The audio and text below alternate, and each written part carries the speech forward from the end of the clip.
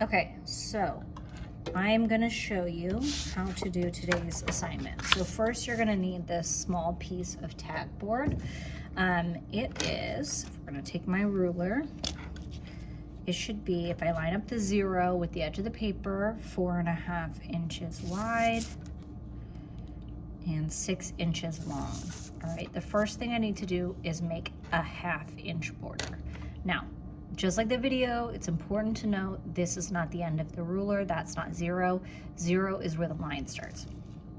Now, in order to make this border even, I can't just mark it once. So like, I've lined up 0 here. I'm gonna go to the 1/2 inch mark, make a dot. Now, if I turn and draw my line, it's a 1/2 inch here, but it can be anything down here. And I don't want that. I want to know that it's a 1/2 inch all the way down. So I'm going to make a second dot, 1/2 inch in, down that line. So now I know that when I connect those two dots, everything, yikes, everything along this line is a 1/2 inch over from the edge of the paper, okay? So I'm gonna do that for every side. I have to measure twice. I can't just do one in the center and hope that I match up my ruler perfect, okay? You've got to do 2 different points, and the further away they are, the more accurate it's gonna be. So I like to do it kind of up here and then down there. Again, if you make just a mark in the center, it is not going to be even. So make sure you're doing a 1/2 inch in at the top of where you're measuring and at the bottom of where you're measuring. And I know it's 1/2 inch because it's the longer line, right? And then I connect those 2 dots. And this is gonna help me make my border.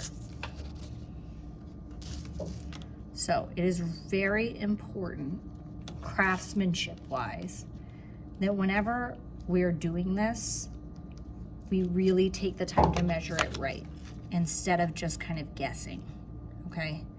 I'm not gonna have you do like a ton where you're using a ruler, but when I ask you to use it, it really is important that you measure.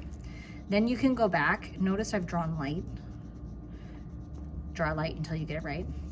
And you can erase these little corner lines. And then if you wanted to do something with like a dark edged border, you could go back and trace this with marker or pen to make it more bold. Okay, and now you wouldn't have to do the measuring. You could just line it up and trace from here to here if you wanted that like a very defined border. Now that you've done this, you can start doing your expressive line, and you're going to overlap whatever expressive line you're doing so that it fades from either light to dark or from dark to light. All right, so we want a gradation of value, meaning it's slowly going from light to dark by overlapping a ton where you want it dark and overlapping only a little where you want it light.